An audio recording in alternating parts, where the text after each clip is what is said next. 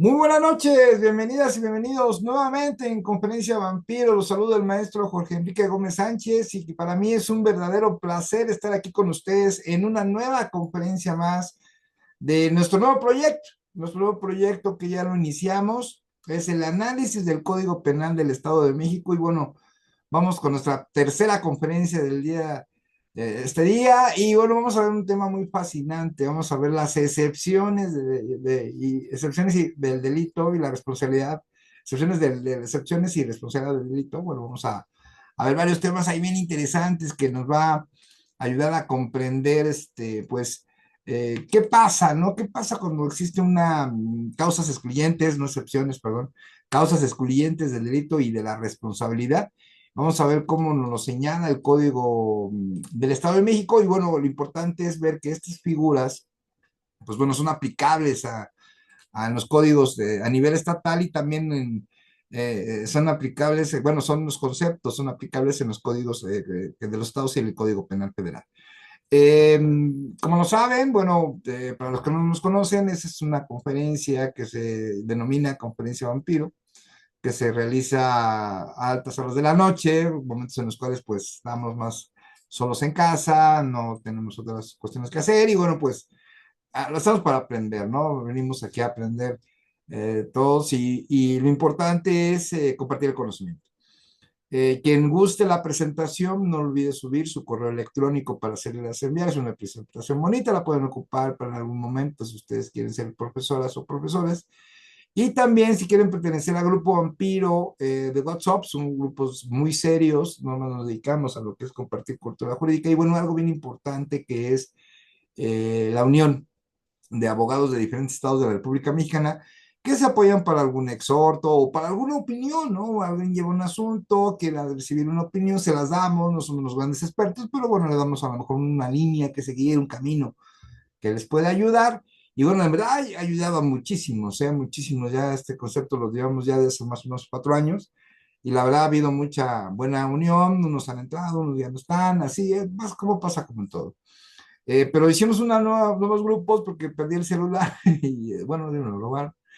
Y bueno, pues creé otro número telefónico, entonces creé otros nuevos grupos y bueno, por eso estamos haciendo la cordial invitación a los que no pertenecen a los grupos de WhatsApp, pero para la asociación de invitación, porque tiene muchas cuestiones de ganar, ganar, como yo siempre lo digo, ¿no? Que nos puede ayudar. También, quien guste la presentación, pues bueno, suba su correo electrónico y quien quiera pertenecer a grupos vampiros, suba su número telefónico. Yo los administro los grupos, tenemos dos, tres administradores también, que ya, ahora sí que les solicité su apoyo para que no vuelva a pasar lo mismo. Y bueno, pero somos gente muy, muy seria, muy profesional, y que bueno, que siempre estamos al cuidado, ¿no? De que no publiquen cosas que no son, cero, cero política también, más es expulsión inmediata al que publique algo, hable bien o hable mal del gobierno, cuestiones que a mí en lo personal no me interesan bajo ninguna circunstancia, pero bajo ninguna. Y bueno, también no estamos a favor de ninguna línea política, simplemente estamos a favor de una cultura jurídica que tanta falta nos hace como mexicanos. Bueno, pues muchas gracias. Somos poquitos, pero con muchas ganas de aprender. Y bueno, yo siempre lo he dicho, aunque seamos los que seamos, vamos a seguir aprendiendo. Y bueno, vamos a compartir nuestra presentación del día de hoy. Obviamente, como lo hemos venido haciendo, bueno, a mí me gusta mucho cómo lo hacemos, pero y en verdad espero que también me han dicho, como ya he dicho, que cuando la presentación dicen, no, maestro, usted no está en la presentación, digo, no, bueno, yo no salgo en la presentación, ya cuando le envío esta imagen que ustedes ven en este momento, pues obviamente es una imagen que a mí me produce el sistema de Zoom. Y bueno, quiero recordarles que todos están en modo silencio, lo mismo para la protección de la misma presentación y no tengamos personas que vengan a intervenir de una manera grotesca, de una manera grosera, e intervengan y no vengan a aprender, sino vengan a molestar. Entonces está muy, muy cerrado el Zoom para protección de ustedes y de su servidor, para que no nos interrumpen de una manera pues no propia. Entonces, es por eso que lo manejamos de esta manera. Y bueno, ya al final de la conferencia explicamos dudas. Al final de la conferencia también tenemos la costumbre de que alguien que quiera compartir su asunto, el día de ayer compartieron un asunto muy interesante y que bueno, que ya nos platicarán en qué acaba la película. pero sí es importante conocer cuáles, cuáles temas quieran tratar. O sea, nosotros no somos expertos, les digo, no. Aquí todos nos quitamos los grados académicos, todos, ¿no? Doctorados, maestrías, honoris, o doctor honoris causa y todos sabidos y por haber. Y aquí todos aprendemos. Aquí nadie es más, aquí nadie es menos. Aquí hasta todos pueden preguntar lo que ustedes gusten. No se sientan de que voy a preguntar lo que no se debe. No, ustedes pregunten. O sea, aquí todos venimos a aprender de una manera gratuita, ¿ok? Y recuerden, nuestro comercio queda grabado ya en nuestro canal, que nuestro canal es de ustedes. De ustedes, ustedes formaron este canal de YouTube. Y en ese canal ustedes van a encontrar, pues bueno, todas las conferencias que hemos realizado y muchísimas gracias por su presencia el día de hoy. Ok, bueno, hoy nos toca este gran tema, causas excluyentes del delito y de la responsabilidad. Bueno, vamos a ver parte de la teoría del delito, como lo señala el Código Penal del Estado de México. Ya les había yo comentado que en alguna audiencia, algo así, pues hay que irnos en base a lo que dice el código. En un asunto penal en el Estado de México hay que basarnos en lo que dice el código, ¿no? O sea, no nos metamos más en la dogmática. Bueno, suena bonito, explicamos cuál es, cómo se debe decir, porque no lo dicen los términos del código, pero bueno, yo en lo personal, para no meterte en tanto rollo, pues basémonos en lo que dice, ¿no? El código y bueno, pues eso nos va a ayudar muchísimo. Bueno, vamos a ver las causas que excluyen el delito y la responsabilidad penal. Tenemos el artículo 15. Eh, bueno, la fracción primera nos indica que uno de ellos, la causa excluyente, es la ausencia de conducta, ¿no? Cuando el hecho se realiza sin la intervención de la voluntad de la gente por una fuerza física exterior irresistible, ¿ok? Y también cuando falta algún elemento de los hechos delictuosos de que se trate. Recuerden primero que, bueno, la ausencia de conducta es cuando no hubo la voluntad de la persona de realizarlo. No existe esa voluntad, además de que existe una fuerza física exterior irresistible. ¿Ok? Entonces, aquí está combinado. O sea, aquí una cosa es que lo realice sin intervención de la voluntad y aparte, pues una fuerza física exterior irresistible. Así como que todos nosotros podemos pensar, es que está unido. Aparte de que no hay intervención de la voluntad, debe existir esa fuerza física irresistible. Y bueno, pues aquí dice que aquí sí nos metemos en un problema en lo que respecta a la teoría del delito, ¿no? Y en lo que respecta a la fracción segunda, pues nos habla de cuando falta un elemento, bueno, un delito tiene varios elementos a cumplir. Y cuando falta alguno de ellos, pues es una causa de exclusión. O sea, no habría delito, ¿no? Entonces, empezando a analizar lo que es la ausencia de conducta, pues es importante señalar, bueno, cuando hay una ausencia de conducta, con lo que nos menciona, recordando nuestras clases de teoría del delito. ¿Ok? Bueno, la ausencia de conducta, cuando el sujeto dañó o puso en peligro un bien jurídico protegido, pero en virtud de que la voluntad de la gente es inexistente, el delito se excluirá.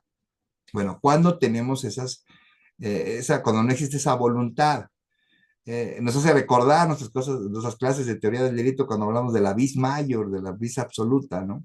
Bueno, la vis mayor es una fuerza mayor. ¿Okay? Ahorita vamos a ver una definición más completa, se la extraje de un gráfico que me encontré por ahí en internet, muy interesante y que bueno, se los voy a presentar en un momento. También tenemos la fuerza física exterior e irresistible, se llama vis absoluta. Y ahorita vamos a explicar cada una de ellas. También tenemos lo que es el sueño, el sonambulismo, el hipnotismo, los actos reflejos, los instintivos y repetitivos, ¿ok? Entonces eso es lo que nos maneja la teoría del delito. Nuestra teoría del delito nos maneja diferentes formas en la cual va a existir una ausencia de conducta, ¿no? Entonces esa ausencia de conducta, pues hablamos de que la voluntad de la gente no existió, no existe voluntad de la persona, no existe sí que ese movimiento que fue permitido por la persona, o sea, la persona deseó hacer ese movimiento. Existe esa voluntad. Cuando no existe esa voluntad, estamos hablando de una ausencia de conducta, ¿ok? Pero vamos más allá. Vamos a explicar que, por ejemplo, qué significa esto de la vis mayor y todo eso, ¿ok? Bueno, cuando hablamos de una vis absoluta, en términos generales, encontramos que la vis absoluta consiste en que una fuerza humana exterior e irresistible se ejerce se ejerce contra la voluntad de alguien, ¿no? Sí existe esa fuerza humana exterior e irresistible que se ejerce contra la voluntad de alguien. Vamos a poner un ejemplo. Hay un montón de gente amontonada, están en una calle, ¿no? Esperando, por ejemplo, un transporte público o andan así en una esquina, ¿no? Por ejemplo. Entonces, pues cuando hay un cúmulo de gente, pues hay empujones entre la gente, ¿no? Entonces, por ejemplo, una persona empuja a otra, otra empuja a otra y así, ¿no? Pero si tú estás posicionado de esa manera, una persona está posicionada y recibe una fuerza, pues obviamente esa fuerza no proviene de su voluntad, sino viene una acción física que hace que esa persona pues no tiene esa voluntad de moverse, pero se mueve por esa fuerza física. Y hagan de cuenta que ustedes, pues, bueno, una persona se encuentra y empuja a la otra. Y, no, hombre, empuja a la otra y va pasando un carro y la atropella, ¿no? Podríamos pensar que la persona que empujó por esa fuerza irresistible que se ejerce contra su voluntad, por esa fuerza física que encuentra en ese momento, tuviera la culpa de, por ejemplo, de un delito de lesiones culposas o en su caso de homicidio culposo, pues no, estaremos en una vista absoluta porque la persona no tuvo la voluntad de empujarlo. Una cosa es que tú lo empujes, que tengas la voluntad de hacerlo, ¿no? Y otra cosa que alguien te empuje y que tú no pudiste contener esa fuerza y pues termines empujando a la otra persona, ¿no? Es un ejemplo de lo que estamos hablando de vis absoluta. Cuando hablamos de una vis mayor, bueno, pues una vis mayor, ya estamos hablando de la fuerza mayor que proviene de la naturaleza, ¿ok? Está, por ejemplo, un árbol, está en una casa, un árbol, llega un huracán, se cae el árbol y le cae una persona y fallece, ¿no? Entonces los vecinos podrían pensar, oye, pero ese árbol le pertenecía al dueño de ese bien inmueble, él tenía ese árbol. Sí, pero pues él no provocó el huracán, digamos, ¿no? Él no provocó, hizo magia para que existiera el huracán y por eso se cayera el árbol y lastimara a otra persona. Entonces es una fuerza de naturaleza que es incontrolable, no lo puede controlar ni la persona, ni la otra, ni nadie. Entonces ahí estamos hablando de una vis mayor, ¿ok? Bueno, ahora vamos a hablar de lo que se refiere a lo que son los actos reflejos, ¿ok? Bueno. ¿Qué pasa con ese acto reflejo? Se los voy a platicar y ahorita lo leemos. Van pasando por la calle y ¿qué pasa, por ejemplo, que de repente te sale un perro sin que lo hayas visto, ¿no? Un perro, un gato, ¿no? También puede ser. Entonces, cuando se te avienta y si tú no lo llegas a divisar o, por ejemplo, lo llegas a ver de reojo y se te avienta el gato o se te avienta el perro, tu cuerpo humano, o sea, tu cuerpo va a hacer un movimiento. Y a lo mejor tú no lo deseaste, tú no dices, no, tú no dices, sino es una acción a lo mejor de sobrevivencia del ser humano al ser atacado. Entonces te mueves, pero es un instantáneo, o sea, es una forma de que tú como persona, pues, estás en ese momento, ¿no? Permítame un momento, por favor.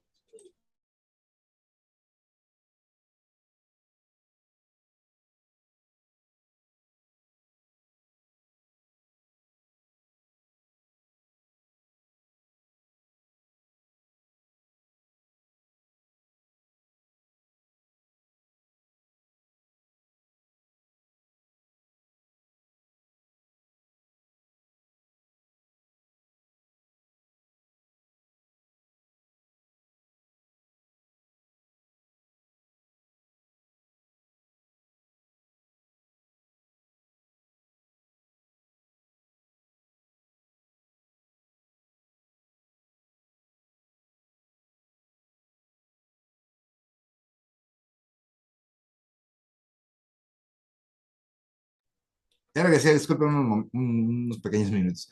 Entonces se avienta el perro, no solamente el gato, y tú te mueves, pero es un movimiento reflejo, o sea, es un movimiento que es a lo mejor porque no quieres que te muerda o no quieres que te arañe, ¿no? Por ejemplo, es un movimiento de instinto. Entonces, ese es un acto reflejo. Entonces, imagínense ustedes, van por la calle, se les avienta el perro, ustedes pues instantáneamente se mueven y va pasando alguien en bicicleta y le pegan al de la bicicleta y pum, se cae, ¿no? Lesiones o en su caso homicidio. Entonces, ahí estamos hablando de un acto reflejo, que aquí, como lo mencionamos, dice, son aquellos movimientos musculares que son reacciones inmediatas e involuntarias, un estímulo externo o interno sin la intervención de la conciencia. O sea, tú no te quisiste mover, sino tu instinto te movió. Entonces, ahí estamos hablando de que, pues ahí no va a haber delito, ¿sí me entienden? O sea, va a haber esa ausencia de conducta. También tenemos lo que es el sueño profundo. Hay personas que sueñan profundo y hacen acciones, ¿no? Por ejemplo, uno es un estado de inconsciencia temporal en que se encuentra la persona por la cual no tiene el dominio de su voluntad. Estamos hablando de un sueño, ¿no? Las personas que se paran caminando y todo, pues, o sea, es algo que, pues, una ausencia de conducta. El sonambulismo es un estado de inconsciencia en el cual la persona parece sueña normal y tiene cierta aptitud para realizar movimientos corporales y sin que al despertar pueda recordarlos. O sea, son movimientos que no puede recordar y bueno, hay personas que son sonámbulos. La inopsis, ¿no? Estado de inconsciencia semejante al sueño y que se logra por su gestión y se caracteriza por la sumisión de la voluntad de la persona a las órdenes de lo que ha provocado, ¿no? Entonces puede alguien provocar hipnosis sobre otro y poder cometer un delito que creen que sí, pero ahí, por ejemplo, la persona que estuvo en esa hipnosis, pues no va a tener ningún responsabilidad penal, sino la otra que provocó, ¿no? Que provocó esa hipnosis y así que le ordenó hacer alguna actividad delictiva.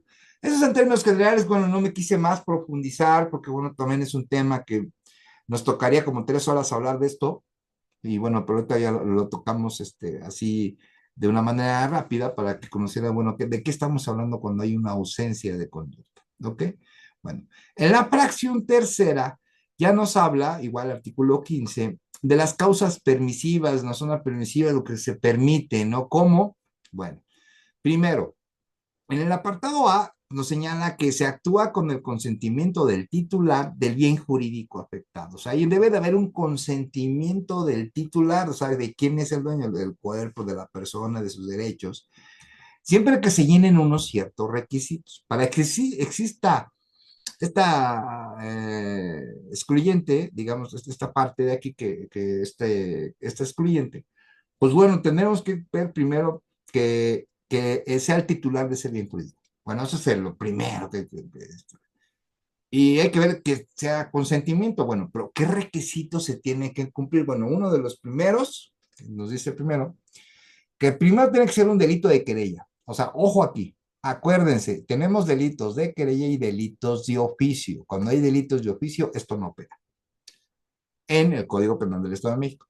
Entonces, ¿cuándo sea un delito de querella? Otro, que el titular del bien tenga capacidad de disponer libremente del mismo, o sea, que no tenga una discapacidad, que comprenda con raciocinio, que entienda y bueno, que es primero su bien jurídico tutelado y que el que está consintiendo como titular del mismo, ¿no? Y tercero, que el consentimiento sea expreso o tácito y sin que medie algún vicio de voluntad.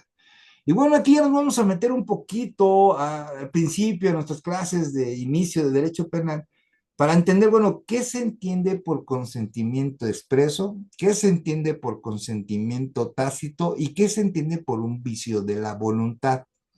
Si yo les preguntara esto ahorita, algunos sí, como que sí, más o menos lo entendí, más o menos yo entiendo por esto. Bueno, vamos a reforzar esa parte y decir, bueno, ¿de qué estamos hablando cuando hay un consentimiento expreso primero? Ok. El consentimiento expreso se otorga de forma concreta, explícita y directa, registrando una o varias maneras que no dejen lugar a dudas. O sea, debe estar de esa forma otorgada. ¿Ok? La más común, digamos, es darlo mediante la firma en algún documento oficial o cláusula para que las partes puedan acudir en el futuro en caso de desacuerdo. Entonces, el consentimiento expreso, concluimos, papelito A. ¿Ok? Y eso me hace recordar algunas cuestiones, no sé si ustedes, hay dos comercios que han crecido mucho, bueno, aquí en el Estado de México, no sé, no sé ustedes, pero como que ha crecido mucho lo que son las barberías y lo que son los tatuajes, ¿no? Antes, antes, en mi época, yo tengo 50 años, pero yo cuando tenía 20, wow, tatuarse era algo, uf, pero muy, muy escondido, ¿no? O sea, es más, no era ni bien visto. Ahora es algo de lo más normal ser tatuado. Es más, yo me quise tatuar, pero ya me voy a tener que volver a esperar para hacer mi tatuaje, ya ni modo. Y existen muchos lugares donde tatúan, ¿no? Obviamente tatuarse, pues tiene que llevar muchos elementos, ¿no? Tiene que llevar un permiso de sanidad, tiene que llevar algunos permisos de salud, algunas cuestiones de preparación para poderte tatuar. ¿Por qué? Porque provoca una lesión en tu piel. Obviamente, meterte tinta en tu piel, eso es una lesión. Eso es aquí y en cualquier lado. Pero mi pregunta es, bueno, en todos esos lugares donde hacen tatuajes, ¿tendrán un documento por escrito en el cual el cliente firma su consentimiento expreso, porque es papel, porque es un documento, en el cual pues da autorización para hacerse el tatuaje? ¿En verdad lo tendrán? Y bueno, pues ahí es donde yo digo, falta esa cultura jurídica en nuestro país. Y vivimos con ese chip, vivimos con ese mal que tenemos, es un vicio, es un vicio social, ¿no? Digo, el famoso nunca pasa nada. No te preocupes, mi hermano, no, no pasa nada. Ese es un vicio que tenemos como mexicanos increíble, ¿no? Y cuando cae el asunto, a ver, no que no pasaba nada. Entonces, pues hay muchos negocios así que tienen que tener el consentimiento expreso, ¿no? En un hospital te lo tienen que hacer, así te las pongo. Si a ti te van a operar, sea oficial la institución o particular, o sea, del Estado o particular, debe de haber un consentimiento expreso de que tú permites que te van a hacer una operación. Eso y en diferentes cuestiones, ¿no? También, por ejemplo, en tratamientos de especiales o en diferentes cosas debe haber un consentimiento expreso, ¿sale? Y bueno, pues debe ser por escrito y debe ser firmado por las partes, ¿no? En lo cual, pues en un futuro, ¿no? Por ejemplo, el que se trató, ¿no? Dice, no, es que no me quedó mal, no me gustó, que no sé qué, yo no te lo pedí así, bueno, te voy a reclamar. Y sí puede ser, abrir una carpeta de investigación por lesiones, claro que se puede. Y la gente dice, no pasa nada. Pues imagínense ustedes. Entonces hay que entender bien, bueno, ya vimos el concepto del artículo, pues vamos a ir desmenuzando, bueno, cada uno de los conceptos. Y así nos vamos a ir todas las conferencias, ¿eh? Todo el Código Penal del Estado. Así lo vamos a hacer todas las conferencias. Entonces recuerden, consentimiento expreso, algo por escrito, ¿ok? Palabras más, palabras menos. Bueno, ¿y qué es el consentimiento tácito? Es decir, bueno, pues si es el otro es por escrito, ¿cuál será el consentimiento tácito? Ah, bueno, ahí les explico. El conocimiento tácito es una forma de conocimiento implícito. Bueno, ¿qué significa implícito? Incluido en otra cosa sin que éste lo exprese, ¿ok? Dice, incluido en otra cosa sin que éste lo exprese. ¿Ok? Eso significa implícito. En la que una persona no expresa verbalmente su acuerdo o desacuerdo, pero sus acciones y comportamientos sugieren una aceptación de ciertas condiciones y términos. En pocas palabras, el conocimiento tácito no hay documento y ni tampoco no hay algo verbal, sino simplemente hay eh, es una acción o un comportamiento de la persona que sugiere que aceptó las condiciones y los términos. Pero en base a algo escrito, algo verbal, no. ¿En base a qué? A sus acciones y comportamientos. Entonces, ¿cuál es la diferencia entre un consentimiento expreso y un conocimiento tácito? Bueno, que el conocimiento expreso es por escrito y el conocimiento tácito se basa en el comportamiento del sujeto que acepta, o sea, por su comportamiento y sus acciones, esas condiciones y esos términos. O acaban de conocer la diferencia, es importante conocerla porque luego nos hablamos y sí, todos sabemos, bueno, sí saben, pero a ver qué significa, ¿no? Entonces, mucha diferencia al decir, sí sé qué es, bueno, ok, si sabes, explícamelo. Es como, bueno, otra vez, ayer antier, tuve una plática con un colega y me dice, es que esto es así, así, le digo, a ver, motívamelo y fúndamelo, a ver, dime dónde, no es que yo vi la tesis, ok, dime el número de registro. No, ves que la vi, no me acuerdo del registro. No, ya estamos mal. O sea, me estás hablando de algo que ni siquiera me estás diciendo qué tesis lo dice. Acuérdense, hay dos fundamentos del derecho importantísimos. Yo los aplico hasta en mi vida personal. Yo les sugiero aplicarlos en su vida personal. El que acusa tiene la carga de la prueba. O sea, tú me estás acusando de algo, demuéstramelo. Pero créeme que es ser lógico, conjunto y armónico, como el Código de Procedimientos Penales, ¿no? O sea, no a lo tonto, ni que supuestos, y que al parecer, no, no, no, no, a ver, concreto, lógico, conjunto y armónico. Hay que aplicarla al derecho. Y el café no está obligado a probar. Si tú me estás afirmando algo, pruébalo. Y es que vi la tesis. Sí, ¿cuál? No, es que se, no, pues, ¿cuál? O sea, y al final me dicen, ay, es que eres bien especial, maestro, y es que eres bien exigente. Pues claro, o sea, si yo no soy exigente, ¿quién lo va a hacer? Inventos, pues inventos a otro lado, ¿ok? Nosotros somos abogados, somos profesionales, tenemos que documentar y tenemos que volver a documentar. Y para poder nosotros motivar y fundar. O sea, si no documentamos bien, ¿cómo vamos a poder motivar y fundar? O sea, no puedes tú hacer una motivación y luego el fundamento, ¿dónde me lo dejas? ¿No? ¿Qué artículo, qué ley, qué tesis? ¿No? Y espérame, te falta ver si es una tesis aislada o una tesis de jurisprudencia, porque también ese es otro tema. Tesis aislada, orientadora, tesis de jurisprudencia, de cumplimiento obligatorio. Y todavía falta ver si existe por ahí un amparo en revisión, que también que puede ser muy útiles, y bueno, ya también tendremos una clase al respecto de ver cómo analizamos los amparos en revisión, que también es un proyecto que tengo, en algún caso en específico, no sobre las personas, sino simplemente la cuestión jurídica que atraviesa. Y bueno, y finalmente, ¿qué es un vicio de la voluntad? Entonces, pero dicen, bueno, no, es que es algo que está mal. Perdón. Y así me ha tocado a mis alumnos que les digo, a ver, que ya van en cuarto, quinto, cuatrimestre, les digo, a ver, y sobre todo en la materia de contratos, ¿no? A ver, dígame, ¿qué es un vicio de la voluntad? Pues un vicio de la voluntad es algo que está mal. ¡Wow! Van en quinto cuatrimestre y me dicen esa definición de vicios de la voluntad, pues no, pues no van bien, sino van bien mal y lo que le sigue, ¿no? Entonces nosotros tenemos que aprender, bueno, ¿qué es un vicio de la voluntad? Ya vemos que es un consentimiento expreso, ya vemos que es un conocimiento tácito, vamos a ver qué es un vicio de la voluntad. Bueno, los vicios de la voluntad son situaciones en las que la manifestación de la voluntad de un agente se encuentra perjudicada por un evento externo. O sea, hay una voluntad, sí, pero ¿qué crees? Te está perjudicando algo que está aparte. Ok.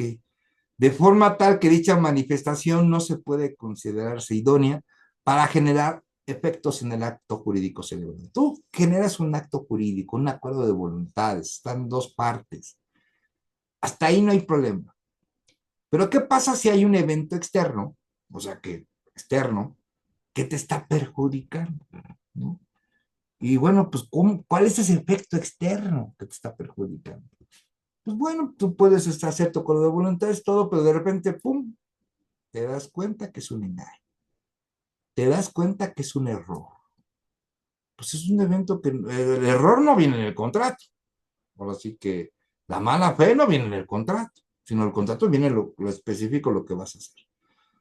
Sino un análisis externo de ese contrato, te das cuenta, o ya te das cuenta, ya a lo mejor ya cuando lo firmaste, ¿no? Que tiene errores, que pues es que no es no tiene lógica ese contrato, que tiene a lo mejor algunas cláusulas que son hasta contra derecho, ¿no? Que no son viables las cláusulas que están poniendo, favorecen más a una parte que la otra, por ejemplo. Esos son los vicios de la voluntad. Vicios que son eventos externos que perjudican lo que ya estás elaborando. Y obviamente al detectar esos eventos externos que te están perjudicando o están perjudicando a una de las partes, pues se puede considerarse que no es idóneo que para generar los efectos.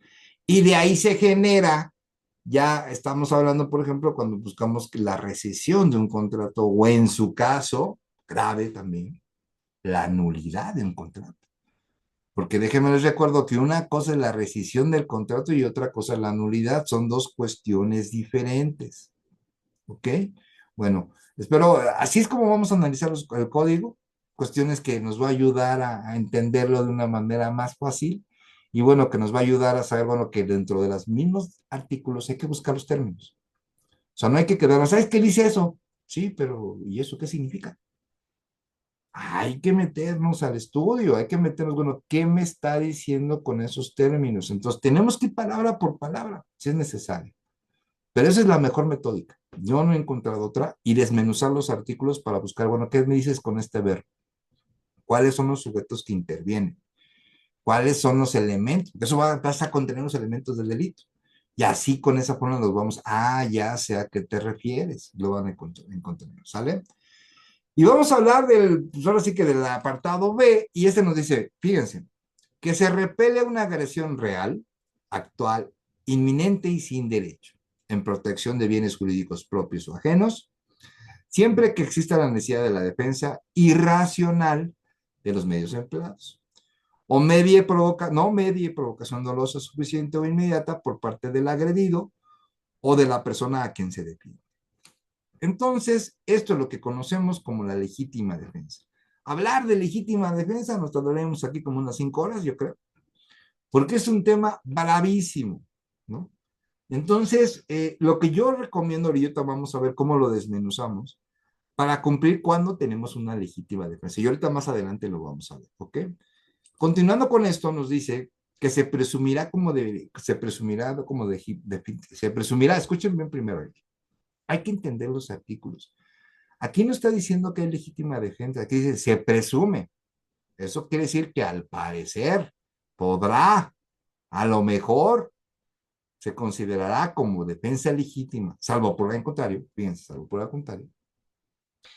El hecho de causar daño a quien por cualquier medio trate de penetrar o haya penetrado. Estamos hablando de causarle daño a alguien que está penetrado o ya penetró, sin derecho al lugar de la gente, al de su familia, o sus dependencias, o a cualquier persona que tenga la obligación de defender el sitio donde se encuentre bienes propios, bienes ajenos, por ejemplo, un velador, un cuidador, ¿no? Respecto de los que existen la misma obligación. O lo que encuentre en alguno de aquellos lugares en circunstancias tales como revelen la probabilidad, fíjense, probabilidad de una agresión. Fíjense cómo se podría acreditar esta legítima defensa, es súper complicadísimo. Porque primero aquí te lo dice, se presumirá. A empezar, ya ahí ya tenemos tema, ¿no? Pero aquí dice, causar daño a quién. O sea, esto quiere decir que si alguien entra en tu casa, pongamos en una persona, ¿no? Una persona X tiene su casa, y entra alguien que pues no vive ahí, alguien que no es conocido, alguien que no tiene autorización para meterse, en pocas palabras, va y se mete a robar, ¿ok? Entonces esto nos permite que se presumirá como legítimo, se presumirá primero como ustedes, causarle un daño a esa persona que está dentro, ¿ok? O puede ser que entre una dependencia o un lugar donde hay una persona que tiene esa obligación de defenderlo, donde ahí se encuentran bienes propios o ajenos, pueden ser propios o bienes ajenos, tienes obligación y donde existe probablemente existe una agresión, ¿ok? Bueno, entonces ha habido muchísimos memes, muchísima información falsa en las redes sociales, en lo cual la Suprema Corte de Justicia, así lo dice, ya aceptó que puedes cometer homicidio si alguien se mete en tu casa. Díganme, ¿qué tal barbaridad tan grande? ¿No? O sea, eso no lo dice este artículo. Y ningún artículo lo dice, ¿eh? Ninguno lo dice, ninguno te ha autorizado para que cometas homicidio. Ninguno lo dice. ¿Ok? Aquí dice el hecho de causar daño, pero no dice causar la muerte, como lo dice ese famoso, y estuvo circulando por todos lados, y todo el mundo decía, y que sí era cierto, y es información falsa, tengan cuidado con esa información, es totalmente falsa. Vamos a suponer una persona, entra otra persona a robar, está la persona que vive ahí, es propietaria del bien inmueble, vive con su familia, y escucha ruidos, ¿no? En la sala y él baja con un bat, ¿no? Por ejemplo, ¿no? O con un arma de fuego. Pues a lo mejor si lo ve, pues a lo mejor puede disparar, pero no a la persona, ¿no? Dispara a la pared, como diciendo, vete o quieto, o estate quieto, ¿no? O con el bat, ¿no? Estate quieto, o te doy un batazo, ¿no? Y a lo mejor lo puedes ahí detener y pues, ya vas a la patrulla y todo el rollo, ¿no? Pero lo que no tienes autorizado es agarrar esa arma de fuego y pegarle 10 tiros. Eso no está autorizado. Eso es homicidio calificado y te vas a ir a la cárcel por homicidio calificado. Tampoco está permitido que con el balo le agarres y le pongas 20 batazos y lo mates. Te vas por homicidio calificado. Y tú dices, no, pero mira lo que dice aquí. El hecho de causar daño a alguien, cuando quien penetre, que es así, pero aquí no dice que lo puedas matar. No se puede matar a esta persona que está tratando de robar tu casa. ¿Ok? Entonces, es mucho cuidado eso. Y luego habla también la legítima defensa de algo que tiene que ser racional. ¿Me entiendes? O sea, obviamente, si la persona que entra tiene un arma y le dispara al de la casa, pues también, pues ahí sí va a haber una legítima defensa, se acciona su arma contra él, porque ahí sí están peligrando, peligro inminente, ¿no? Pero, por ejemplo, si una persona se pone a robar, no va armado, no nada, pues sí lo puedes, por ejemplo, amagar, digamos, y que quede en el suelo y ya después tú lo puedes, de alguna manera, inmovilizarlo para que venga la policía y se lo lleve, porque está dentro de tu casa. Eso se llama robo a casa de habitación. Pero no tienes permitido quitarle la vida. No está permitido eso, ¿no? Es muy importante que lo tengas. Es más, si no tiene arma esa persona, ni siquiera tienes permitido herirlo de bala o darle un batazo a mal colocado, ¿no? Por ejemplo, que lo dejes inválido, ¿no? No sé. O que le provocas un daño severo. Tampoco está permitido eso. Puede ser tentativa de homicidio calificado. Entonces, tengan mucho cuidado con esa parte. Ok, y bueno, yo me propuse hacer este pequeño arreglo con lo que tiene que ver con la legítima defensa, porque cuando debe existir legítima defensa, cuando cumpla con todos estos puntos, si no cumple con alguno de ellos, no va a ser legítima defensa. Y aguas ahí con el actuar de un servidor público en materia de seguridad pública, ¿no? Un policía no puede andar tirando balazos por tirar, ¿no? Ni tampoco puede andar tirando golpes por tirar. Es importante conocer, bueno, cuándo estamos ante una legítima defensa. Primero, debemos de cumplir el primer punto. Se repele una agresión. Entonces, ¿de qué estamos hablando? Que primero hay una agresión. ¿Ok? Esa agresión debe ser real, actual e inminente. Debe ser en ese momento. Si a una persona la agreden y ya se van, y el otro pues, se quiere vengar y regresa y lo agarra a golpes, ya no hay una agresión actual. ¿Me entienden? Ahora la agresión actual sería del otro, no del que lo hizo primero.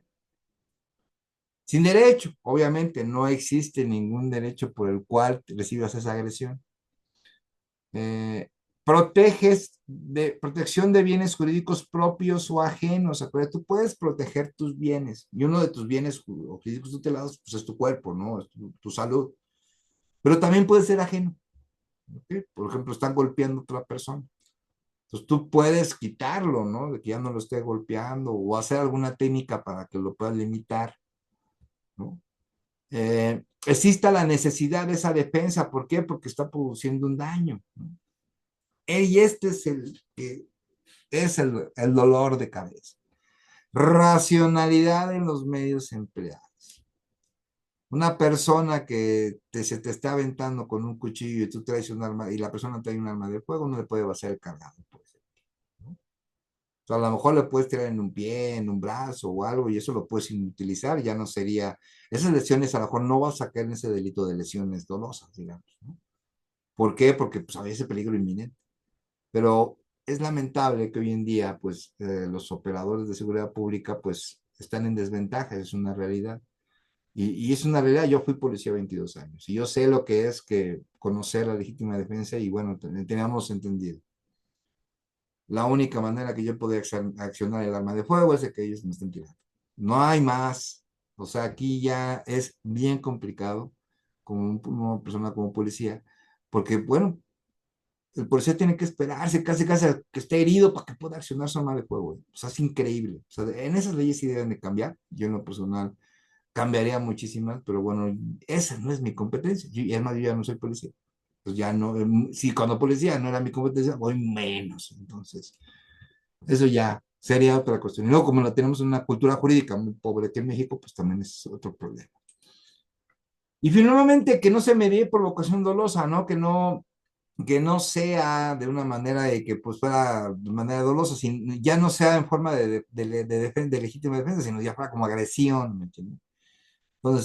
Entonces, al no cumplir con todos estos y cada uno de los que acabo de mencionar, si lo cumple es legítima defensa, si no lo cumple, por lo menos en uno, olvídenlo, ya no tenemos legítima defensa, ¿ok? Entonces, ahí ojo, por favor, que quieran integrarse a los grupos Vampiro, pueden subir su número telefónico. Para los que quieren que les envíe la presentación, suban su correo electrónico. Ahora, también tenemos el apartado C. Bueno, este apartado C de qué nos habla. Este nos habla de que se obre por la necesidad de salvaguardar un bien jurídico propio o ajeno de un peligro real, actual o inminente, obviamente no ocasionado dolosamente por el agente, lesionando otro bien de menor o igual valor que el salvaguardado, siempre que el peligro no sea evitable por otros medios y la gente no tuviera el deber jurídico de afrontarlo. Entonces, como les vuelvo a decir, vamos a desmenuzarlo para poderlo entender. Primero, se obre por necesidad de salvaguardar. Entonces, entendemos qué es, entonces, esto nos habla de esta causa de excluyente, necesidad de salvaguardar un bien jurídico propio o ajeno, o sea, puede ser propio o de otra persona, de un peligro real, actual, inminente. O sea, hay un peligro actual, real, inminente. Primero, no ocasionando dolosamente, porque la gente, o sea, la gente no debe de ocasionar algo que sea doloso, no, no debe ser doloso. Y lesiona otro bien de menor o igual valor que el salvaguardado, o sea, el que vas a salvar. Entonces, estamos hablando primero, que no sea doloso y que se va a lesionar un bien, pero de menor o igual valor al que va a salvar. Y que el peligro no sea evitable por otros medios. O sea, no lo puedas evitar por otros medios. Y otro punto más, que la gente no tuviera el deber jurídico de afrontar. O sea, no tiene el deber jurídico. O sea, bueno, aquí hay una cuestión muy importante. O sea, uno como ciudadano ves que alguien está sufriendo un percance o está peligrando su vida, híjole, pues es tu obligación casi, casi, ¿no? Como ciudadano, ¿no? Esa es una realidad, ¿no? Pero bueno, pongámosle, no tiene el deber jurídico, no es policía, no es bombero, no es paramédico, no es soldado, no es marino, no es guardia nacional, no es nada, ¿no? Pero vamos a poner el siguiente ejemplo, para que más o menos se pueda entender, ¿ok? Hay un incendio, ¿no? Está un incendio, no ha llegado los bomberos, no hay policías, no hay nadie, ¿no? Entonces hay una persona adentro que no puede caminar y tiene cerca el fuego, está peligrando su vida. Y está el ciudadano y dice, bueno, pero la única manera que yo puedo salvarla es pues rompo la puerta, rompo la ventana y me meto y la saco. Y el ciudadano lo hace, ¿no? Salva la vida de la persona. Ok, hasta ahí estamos bien. Pero de repente, en un futuro llega el dueño del edificio y pues demanda, bueno, más bien no demanda, sino que denuncia a esta persona que rompió el vidrio, rompió la puerta y quiere que le pague. Estos delitos se llama daño patrimonial. Entonces, ¿habrá una responsabilidad penal para esta persona? Pues no, porque va a existir este excluyente del delito. O sea, sí lesionó un bien, que es un bien patrimonial, pero salvaguarda una vida. Entonces es un bien menor, el valor físico de la puerta, de la ventana, de lo que ustedes quieran. No hubo doloso porque no hubo la intención de provocar ese daño por la voluntad de hacer el daño, ¿no? Sino, ¿cómo se justifica? Bueno, pues que fue entrar, se le impedía esa ventana, esa puerta impedía su ingreso para poder salvar a esa persona. Entonces ahí queda excluyente el delito, por ejemplo, sería el delito patrimonial. Es un ejemplo claro de necesidad de salvaguardar. Y bueno, puede evocarse en otras cuestiones también, o en otros ejemplos, ¿no? Entonces es importante que lo tengan en mente porque luego también es complicado, espero que se haya entendido. También tenemos el apartado B, que es la acción o la omisión se realiza en cumplimiento de un deber jurídico. O sea, aquí ya hablamos de un deber jurídico. ¿Cuándo es un deber jurídico? Bueno, pues el que tiene el deber jurídico es el policía, es el bombero, es el paramédico, el salvavidas, ¿no? Un escolta. ¿Por qué? Porque son garantes, o sea, son garantes del cuidado bajo sus responsabilidades que tienen como personas, ¿no? Que están preparadas para eso, ¿no? O también puede ser en deber jurídico o un ejercicio de un derecho. Siempre que exista una necesidad racional, volvemos a lo mismo, o sea, hay que acordarnos que el actuar de la persona debe ser racional, no debe ser, no debe de aumentar alguna circunstancia en la cual pues puede salir afectado, ¿no? Quienes lo está haciendo. El medio empleado para cumplir un deber o ejercer un derecho, ¿ok? Y que este último no se realice con el propósito de perjudicar a otro, ¿no? Por ejemplo, está una persona, está en su carro, llega otra y le dice, no, quítate, es mi carro, no, es mi carro, y pueden ahí aventarse, jalonearse, ¿no? Entonces, primero, pues, es tu derecho de qué, de utilizar tu carro, ¿ok? Y estás utilizando algo racional, sí, pues movimientos corporales, no estás utilizando ni cuchillo, ni arma de fuego, ni nada, sino estás impidiendo que esa persona pues, se suba a tu carro, ¿ok? Y no lo estás perjudicando, ¿por qué? Porque es tu carro, tú tienes una factura a tu nombre. Entonces, si se provoca y hay una lesión, por ejemplo, pues no va a haber una exclusión del delito porque tú estás ejerciendo un derecho, estás haciendo tu ejercicio de tu derecho de posesión, de propiedad de ese vehículo. Entonces, existen otros factores también por analizar, también, porque pues, también puede caerse en riña, ¿no? Por ejemplo. Pero hay que analizar bien los hechos para poder determinar y darle cumplimiento, por ejemplo, bueno, ¿cuál es la conclusión? Entonces, nosotros lo que nos toca como abogados defensores y analizar los hechos es que todo lo que tiene que ver con la clasificación jurídica hecha por el Ministerio Público, pues obviamente tiene que adecuarse y cumplir con todos los elementos, como por ejemplo, como lo acabamos de mencionar. Si hablamos de este tipo de un cumplimiento de un deber jurídico, pues obviamente nosotros como abogados defensores vamos a tener que cumplir con esto, pero tenemos que analizar los hechos para ver si nos da el cumplimiento y poder acreditar esta exclusión de delito, la cual se va a establecer en la audiencia de juicio, en la audiencia, ¿no? Ya sea en la audiencia de juicio de control de detención o la vinculación al proceso, o ya en sus últimos casos en una audiencia de juicio oral, de que existe esta exclusión del delito. Pero pues, hay que aprenderlo a analizar y, bueno, de alguna manera tenerlo presente. Recuerden subir su número telefónico o para presentar Luz Vampiro o su correo electrónico para recibir copia de la siguiente presentación, que es la que estamos analizando. Bueno, tenemos las causas excluyentes y, bueno, de delito, de responsabilidad y, bueno, también tenemos las causas de inculpabilidad. ¿Cuándo hablamos cuando hay una inculpabilidad? Bueno, al momento de realizar el hecho típico, el agente padezca un trastorno mental transitorio que le impide comprender el carácter ilícito del hecho o conducirse de acuerdo con una comprensión, a no hacer que el agente hubiese provocado dolosamente o por culpa grave su propio trastorno, ¿no? En este caso se responderá por el hecho cometido. Entonces, hay dos formas de inculpabilidad, ¿ok? ¿Sí me escuchan bien? Porque me comentan que no se escucha. A ver, alguien que me pueda confirmar nada más por chat si me escucho y me veo bien, por favor. O que ponga su cámara y nada más que me diga si me escucho y me ven bien. Gracias, licenciada Angélica. Entonces yo creo que la licenciada Sara ya debe tener un poquito de problemas técnicos, ¿ok? Bueno, gracias. Vamos a revisar esta parte del trastorno mental. Una cosa es que tenga esa discapacidad la persona, ¿no? Que no pueda conducirse a la comprensión, que no entienda que eso es un ilícito, pero eso debido a un trastorno mental. Pero, por ejemplo, hay agentes que se provocan dolosamente o por culpa grave ese propio trastorno, ¿no? Esto puede suceder, digo, pues un caso muy, pero muy especial cuando puede pasar eso.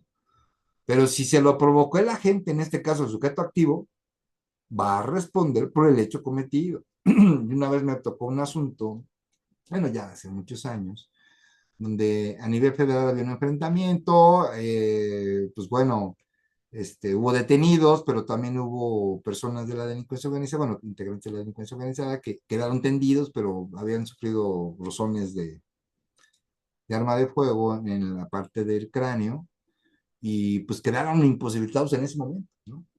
Entonces, pues no podían declarar, se tuvo que parar ahí el proceso y dijimos, bueno, ¿y estos cómo se van a rehabilitar? ¿Qué va a pasar? Le digo, pues yo cuando me preguntaron, yo les dije, porque fue lo que lo vi, ¿qué hacemos? Le digo, ¿qué pasa? No, pues ¿será que el proceso tiene que pararse? Porque el imputado debe estar presente, cuando el iniciado debe estar presente en todas las audiencias, ¿y cómo lo vas a llevar si está inconsciente en el hospital? ¿No? Entonces ahí se tuvo que hablar con el juez, todo el rollo. Pero aquí yo les dije, no, pues hay que aplicar lo que dice el código. Porque esta parte también lo dice el Código Nacional de Procedimientos Penales, ¿no? Entonces, si se lo provocó él o tuvo la culpa, pues va a responder por ese hecho cometido y se va a seguir continuando con el proceso. Ya no sé en qué terminó el proceso, pero tuvo que continuar. Porque dices, bueno, no se provocó, él no se pegó el tiro, se lo pegó los otros, sí, pero el momento que él está disparando contra una autoridad, pues él tiene la culpa de que le estén respondiendo. Porque si él jamás se hubiera disparado, pues tengo por seguro que los otros elementos de seguridad pública no le disparan, ¿no? Y eso tiene toda la lógica del mundo. Pero se demostró que pues, tenía en las manos, cuando disparó, tenía un arma de fuego en sus manos, había cartuchos utilizados cerca de él, entonces pues tenía todo de que pues él disparó, tiene todo en contra, entonces pues va a responder por ese derecho con independencia cuando se recupere, y cuando se recupere pues obviamente va a tener que responder bajo los hechos ilícitos que se le imputen, ¿ok? También tenemos lo que se realice una acción o la omisión bajo un error invencible. Fíjense lo que nos habla del error invencible en su apartado B. Sobre alguno de los elementos esenciales que integran el tipo penal, no se puede ver sobre algún elemento un error vencible. Vaya que, acuérdense que todos los elementos del tipo penal tienen elementos que se deben de cumplir. Y dos, respecto de la ilicitud de la conducta, ya sea porque el sujeto desconozca el alcance de la ley o porque crea que está justificado su conducta. Sí lo veo súper mega complicado. O sea, todos conocemos las leyes como son. Digo, no habrá una persona que no conozca las leyes o que desconozca el alcance. Digo, pues fácil, está prohibido robar, está prohibido matar, está prohibido secuestrar, está privado de la libertad. O sea, debe de conocer ese alcance, ¿no? O cuándo va a justificar su conducta, ¿no? Ya veremos que hay casos de justificación, una de ellas, la justificación sería la legítima defensa, pero bueno, pero otro tipo de justificación yo lo veo imposible, ¿no? Hoy en día. Pero nos habla aquí del error invencible, ¿no? Dentro de la teoría del delito tenemos lo que es el error invencible y lo que es el error vencible, ¿no? Aquí nos explica, aquí no nos dice cuál es la definición, eso es una realidad. Aquí no nos habla de que se realice la acción o la omisión bajo un error vencible, pero no define que es un error vencible. También se conoce el error vencible como el error de prohibición, y eso ya lo dijo la Suprema Corte de Justicia de la Nación.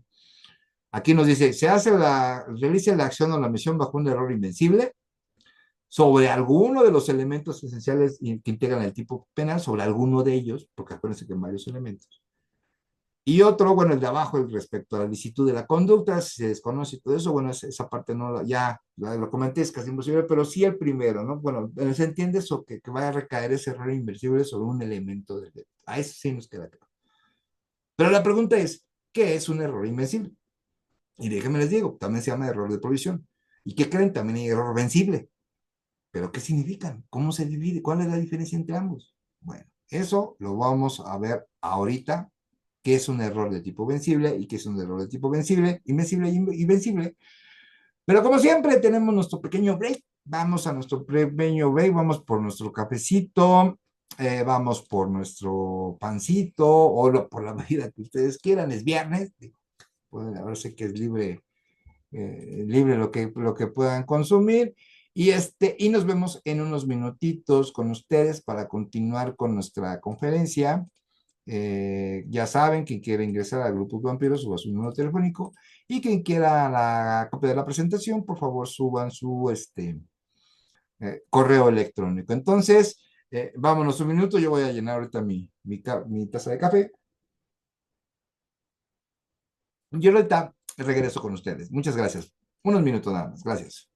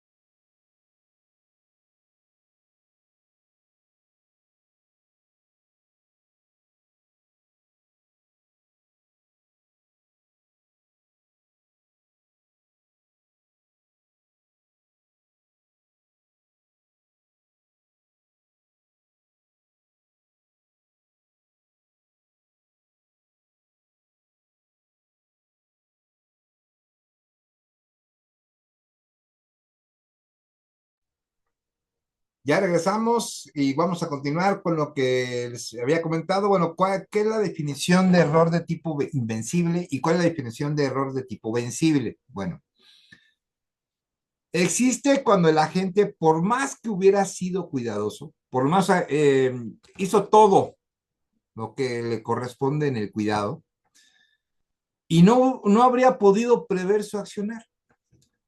Lo invencible se refiere a la imprevisibilidad del comportamiento, responsabilidad o la agravación. En términos generales, el error de tipo invencible es que actuó la persona cuidadosa en todos los aspectos, pero no pudo prever su accionar al provocar un daño, ¿no? Vamos a poner un ejemplo. Está una persona con una excavadora y puso sus señalamientos, puso hasta un cordón que él está excavando en ese momento. Y de repente, pues está moviendo su grúa, la cuchara, digamos, gigantesca que está levantando la tierra, y chin, que llega una persona y pum, le pega a la persona. Pero había señalamientos, había lugar donde decía, no, prohibido pasar, estamos trabajando, digamos.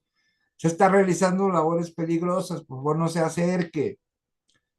Y ya no falta el que no obedece, ¿no? Y que, ¿qué están haciendo? Y van y boom, le pega, pero se le cruzó esa persona. O sea, estamos hablando en términos así rápido, así en forma coloquial, que digamos la cuchara no fue a la persona, sino la persona casi fue a la cuchara, ¿no? Entonces, ahí estamos hablando de un error de tipo invencible. Ahora, ¿qué pasa con un error tipo vencible? Bueno, es aquel que sí aquel que se hubiese podido evitar si el actual actuaba con una debida diligencia. Esto quiere decir que, bueno, en el caso que nosotros estamos mencionando, imagínense ustedes que no hubiera señalamientos, que no hubiera ese cordón, por ejemplo, prohibido el paso, o sea, que no pusiera nada, ¿no? Y obviamente en esa sí estaríamos hablando de una situación que permitiría pues superar el error al proceder con cautela y con prudencia en este caso.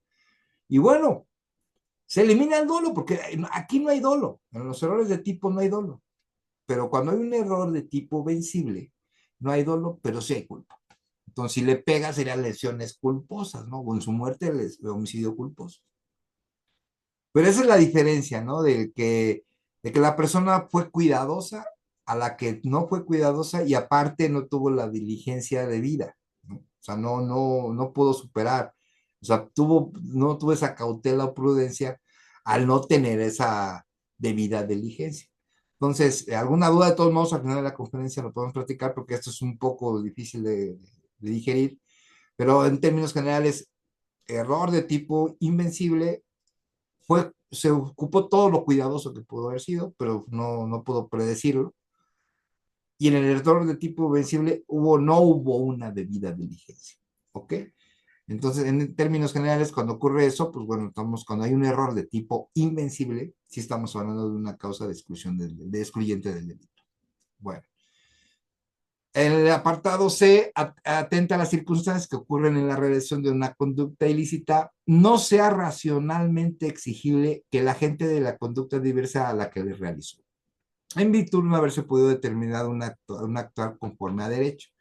Entonces, existe esta figura en la cual pues no existe racionalmente, no le puedes exigir a esa persona esa conducta porque bueno, pues no haberse podido actuar conforme al derecho, o sea, no le puedes exigir esa conducta, ese sujeto. Entonces, cuando existe ese se puede exigir algo racional, bueno, y determinar que actuar conforme al derecho, estaríamos hablando de una causa de excluyente del delito, ¿no? Es complicado también entenderlo. Un ejemplo que a mí se me ocurre es, por ejemplo, una persona en un auto sin frenos y nada más tiene dos caminos, izquierdo o derecho, no hay más. O estrella, o sea, no puede, tiene que seleccionar, ¿no? O una vía del tren, ¿no? Una persona pues, que es el que divide los carriles y el tren no puede frenarse, ¿no? Entonces él pues va para el camino A o para el camino B y resulta que en el camino A hay dos personas que no lo escuchan y están en las vías y en otro camino hay 20 personas en un tumulto en los cuales tampoco los puede llegar a escuchar ni nada, y el tren va a pasar, ¿no? Por ejemplo. Entonces, pues, si elige el de dos, pues hace menos daño, digamos, ¿no? ¿Por qué? Porque no es lo mismo que puedan morir 10 personas o 15 a que mueran dos, ¿no? Digámonos en términos de números. Entonces ahí podemos hablar de que no se le puede exigir otra racionalmente exigible, ¿no? Y ese es un punto que es difícil de que de los hechos se puedan adecuar, pero la figura jurídica existe. Ok, bueno, y que el resultado típico se produzca por caso fortuito, esa es otra, ¿no? Que el activo haya ejecutado un hecho ilícito con todas las precauciones debidas, pero fortuitamente se provoca un daño, ¿no? Pero el agente, en este caso, justamente el sujeto activo, pues hizo todo, es un hecho primero que es lícito y tomó todas las precauciones, pero fue un caso, pero fortuito. Entonces, esto sí también, este sí es más común que puede solicitarse. Recuerden su correo electrónico para recibir la presentación o en su caso su teléfono, número telefónico para pertenecer al grupo contigo. Hablamos también de es inimputable el sujeto activo cuando padezca, bueno, pues un trastorno, ya habíamos platicado más o menos al respecto, un trastorno similar, permanente, un trastorno mental producido por un accidente o que fue involuntario.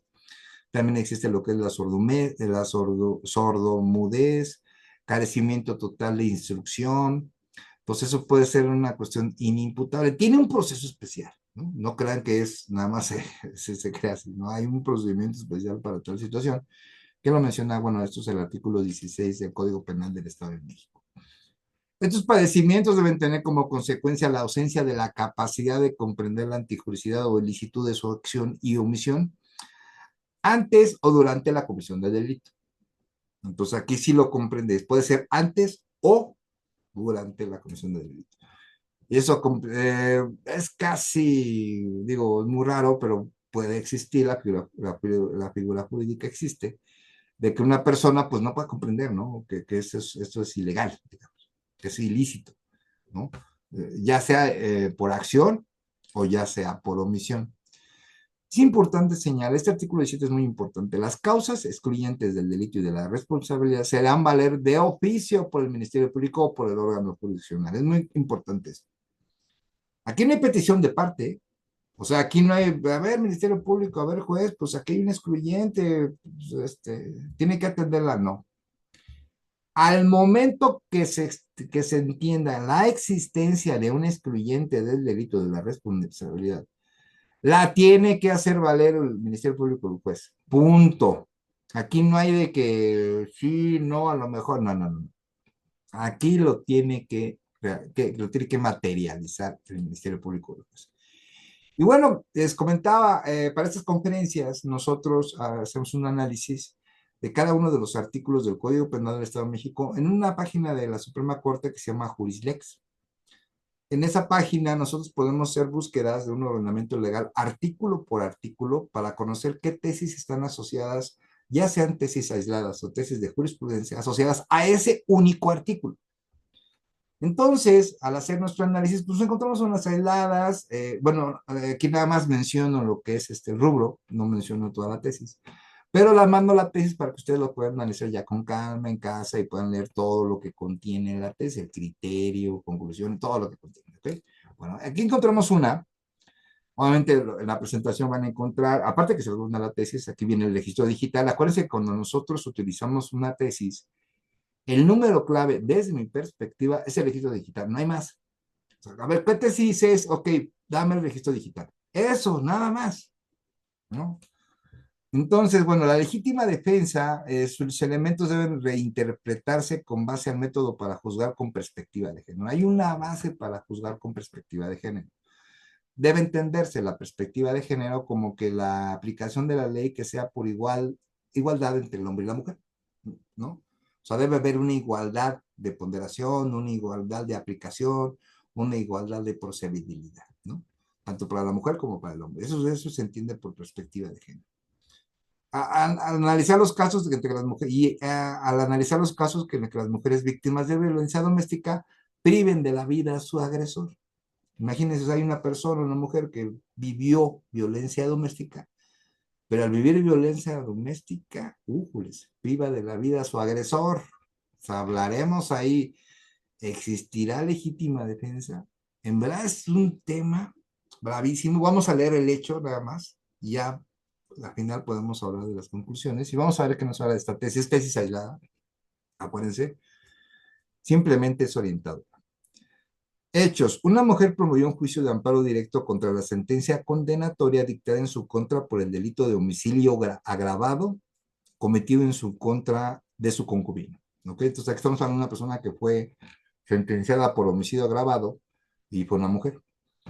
Al analizar este caso, este tribunal colegiado de circuito, tomando en consideración los indicios que se desprendieron de las pruebas y el contexto de violencia doméstica que padeció la quejosa, generada por el occiso, concluyó que se actualiza la legítima defensa prevista en el artículo 15 del Código Penal del Estado de México. Sin embargo, al estimar que una concepción tradicional de la legítima defensa no resuelve este tipo de asuntos, mujeres víctimas de violencia, principalmente doméstica, que priven de la vida de sus parejas o agresores, por no tomar en consideración dicha figura en el contexto en el que se presenta la agresión y la respuesta, los magistrados analizaron la posibilidad o no de reinterpretar los elementos de la legítima defensa con base al método de juzgar con perspectiva de género. Entonces aquí utilizaron la perspectiva de género. Pero hasta aquí nos vamos a quedar con la tesis. Y al final, ¿qué les parece si lo platicamos? Al final de la conferencia.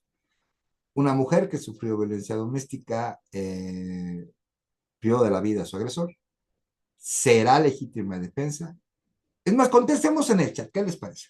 Ok, la pregunta es la siguiente.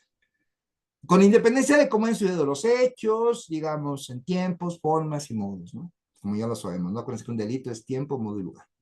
Bueno, a ver. Una mujer que sufrió violencia doméstica priva de la vida a su agresor. ¿Es legítima defensa? ¿Sí o no? Los veo en el chat. Ok, en lo que pasamos a la siguiente página y de paso están despiertos, ¿no? Nada más pongan en el chat sí o no. Así. Esa es la pregunta y al final de la conferencia lo vamos a analizar.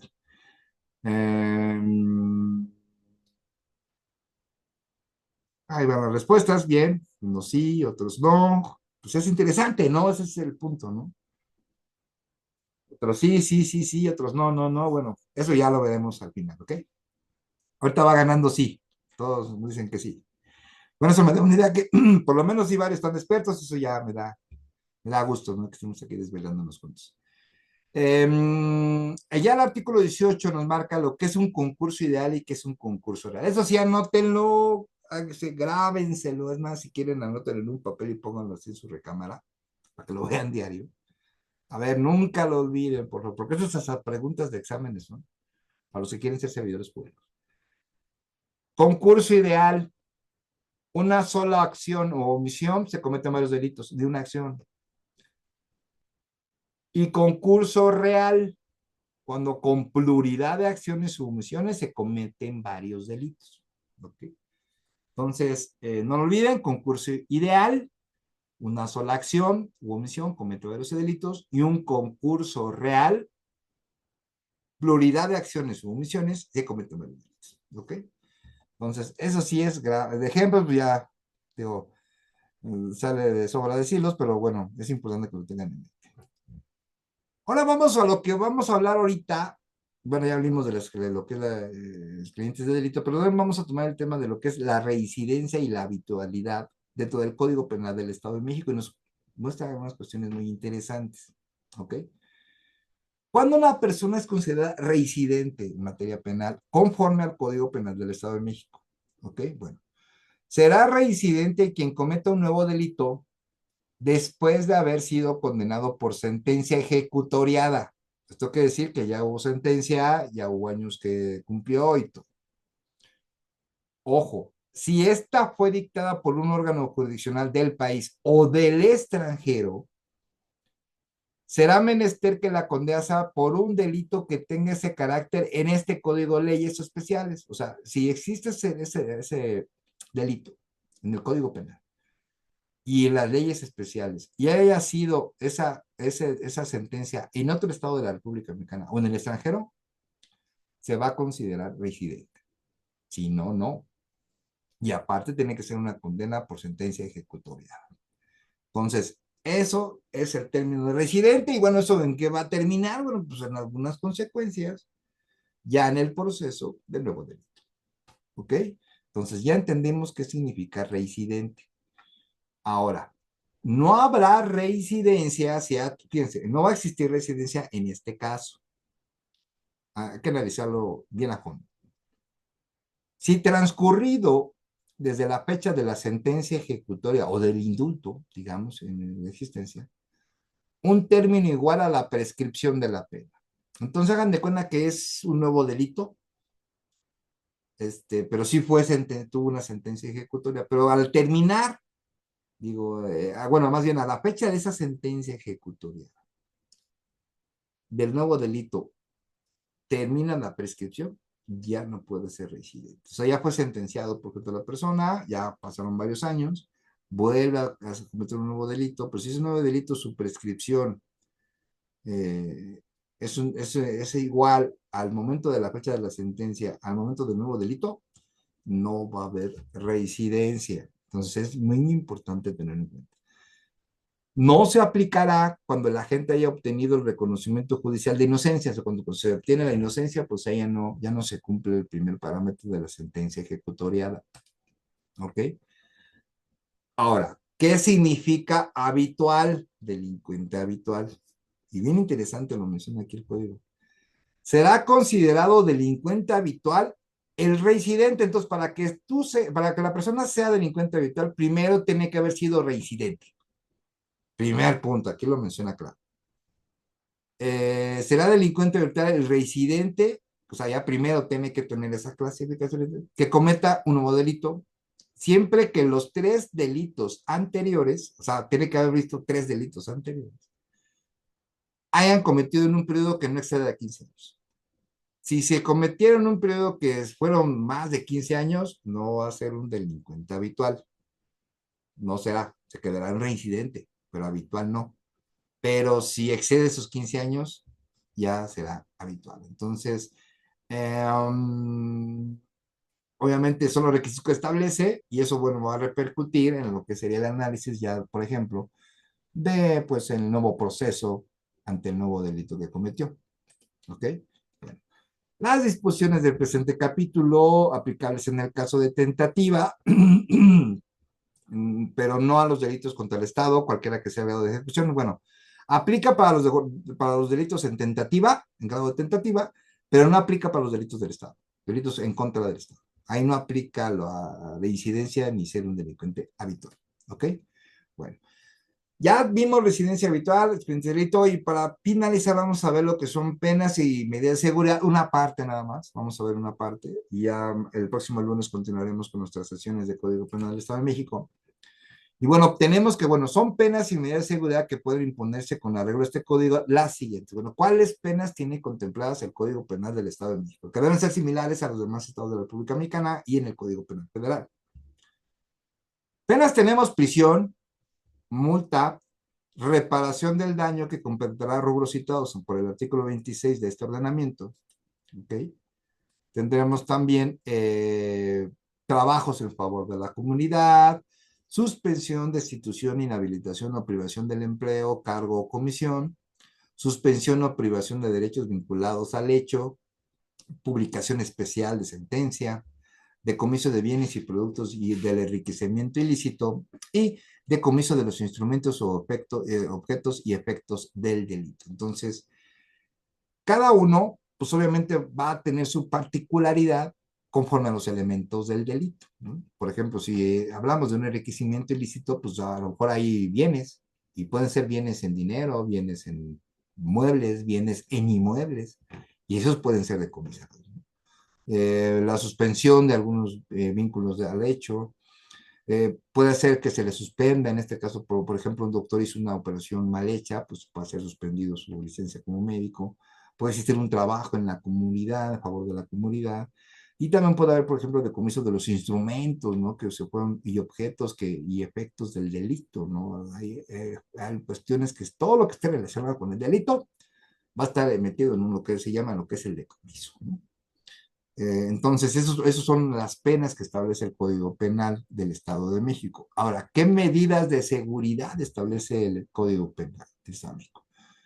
Habla del confinamiento, habla de la prohibición de residir o ir a lugares determinados, la vigilancia de la autoridad, tratamiento de inimputables, ya sabemos que es una persona que es inimputable, la amonestación, caución de no ofender y el tratamiento. Entonces, todas estas medidas de seguridad pueden ser aplicadas en un proceso penal y bueno, las establece el Código Penal del Estado de México, es algo que está vigente y bueno, cualquiera de estas las puede ocupar, ¿ok?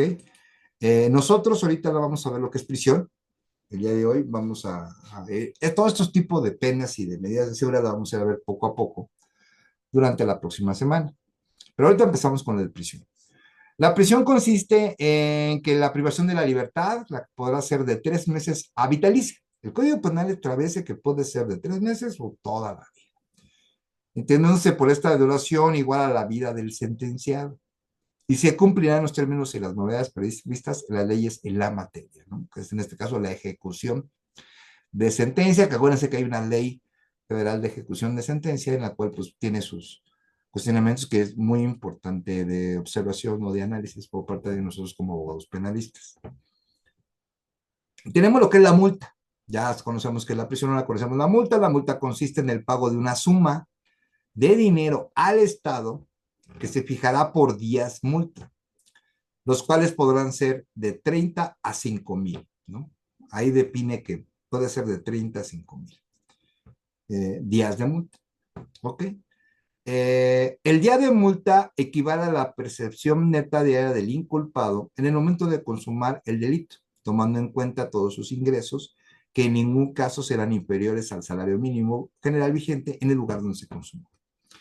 Y bueno, tenemos que entender dos cosas aquí importantes. Una, se conoce la reparación del daño y se conoce la multa.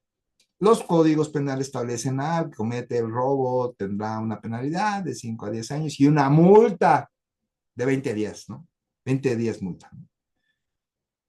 Una cosa es la reparación del daño y otra cosa son la multa, ¿eh? Son dos cuestiones bien diferentes, ¿no? Es lo que debemos entender, ¿no? No hay que combinarlos, ¿eh? Son cuestiones diferentes. Y aquí el Código Penal del Estado de México establece que, bueno, la percepción de un día de multa, pues estamos hablando de un día de salario mínimo, ¿no?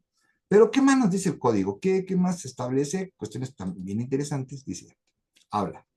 En lo que respecta a los delitos continuados se atenderá al salario mínimo vigente al momento de consumativo de la última conducta. Acuérdense que los delitos continuados son varias ejecuciones, mismo delito, mismo sujeto pasivo, mismo estado, o sea, misma forma, lo que se conoce como el robo hormiga, ¿no? De un centro comercial, ¿no? Que primero se lleva el kilo de azúcar. O sea, ya se llevó el trabajador, por ejemplo, el kilo de frijol, ya se llevó el litro de leche, ¿no? Entonces, pero así, lo mismo, son delitos continuados.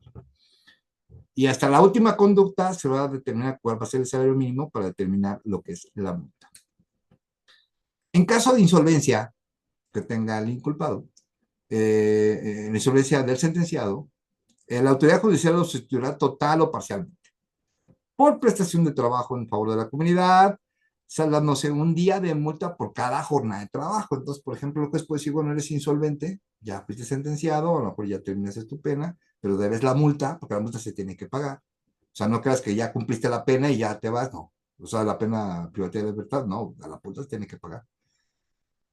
Y te dice, bueno, eres insolvente, ok, yo te sentencié a 12, 13 años de prisión, ya se cumplieron la prisión y a 100 días de multa, ¿no? Ah, ok, pero esos 100 días ahora los vas a tener que pagar con favor a la comunidad, pero en 100 días, porque cada día de multa es por cada jornada de trabajo, ¿ok? En caso de insolvencia.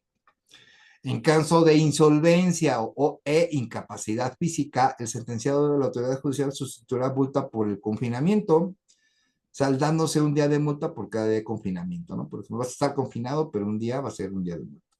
Y más adelante vamos a ver, bueno, cómo define el Código Penal del Estado de México lo que es el confinamiento. Ahorita más adelante, durante la próxima semana, lo vamos a conocer. ¿Ok? Bueno.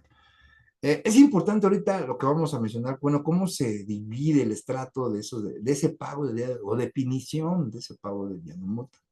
Para los efectos de este capítulo y a la falta de elementos específicos, se tomará como base por día de multa, salvo prueba contraria, lo siguiente. Se tomará como base un día de multa lo siguiente. Ok, fíjense. Los empleados técnicos, profesionistas similares obtienen un ingreso diario equivalente a por lo menos 2,5 veces el salario mínimo vigente. Entonces, para todos los que son empleados técnicos, profesionistas o similares, para ellos un día de multa van a ser 2,5 veces el salario mínimo. ¿Me entienden? O sea, si el juez sentenció a 10 días de multa, pues no son 10 salarios mínimos, no, tendrían que ser 25 salarios mínimos, ¿no? O 250 salarios mínimos, o sea, estamos hablando de 20. O sea, de 2 días de salario mínimo por día de multa. Porque si son 10 y son 2,5, son 20,5, ¿no? Días de salario. Ese sería el día de multa para los empleados profesionistas, ¿ok? Ahora, los jefes o mandos intermedios, patrones, empleadores o similares, o dueños de empresas, por ejemplo, y obtienen un ingreso equivalente por lo menos de 5 veces el salario mínimo general vigente. O sea, 5 veces va a ser un día de multa. 5 veces el salario mínimo, un día de multa. Para ellos, para los empresarios. Que los de mayor jerarquía y capacidad económica que estos últimos tienen ingresos diarios equivalentes por lo menos 10 veces el salario mínimo general vigente, ¿no? Entonces, imagínense, para estos de mayor jerarquía, pues un día de multa equivaldrá a 10 veces el salario mínimo, un día de multa, ¿ok? Y bueno, y que las personas que vivan